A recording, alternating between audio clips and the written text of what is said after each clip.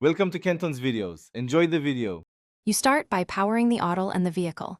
Make sure battery is above 50% and firmware is current. Once done, locate the OBD-ROMan 2 port, plug the cable, or enable Bluetooth pairing. This creates the data link. You do this now because a stable connection prevents false codes and lost sessions. If prompted, choose vehicle make, model, year. That narrows parameters and speed up module access.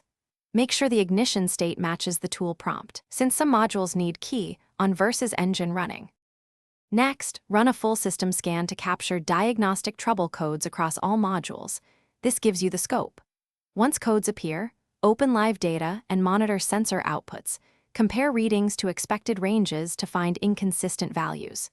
Use freeze frame and the built-in code definitions to understand when and why each fault occurred. Make sure to record codes and data before clearing anything. That preserves evidence for intermittent issues. If multiple codes relate, trace the root cause rather than replace. After you complete repairs or component tests, clear codes and run the scanner again. This confirms whether faults return.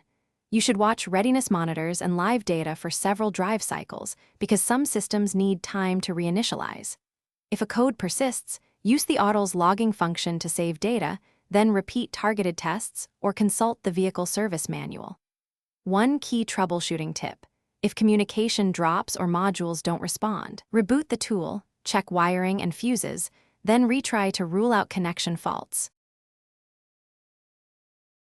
Thanks for watching. Consider subscribing if we helped you.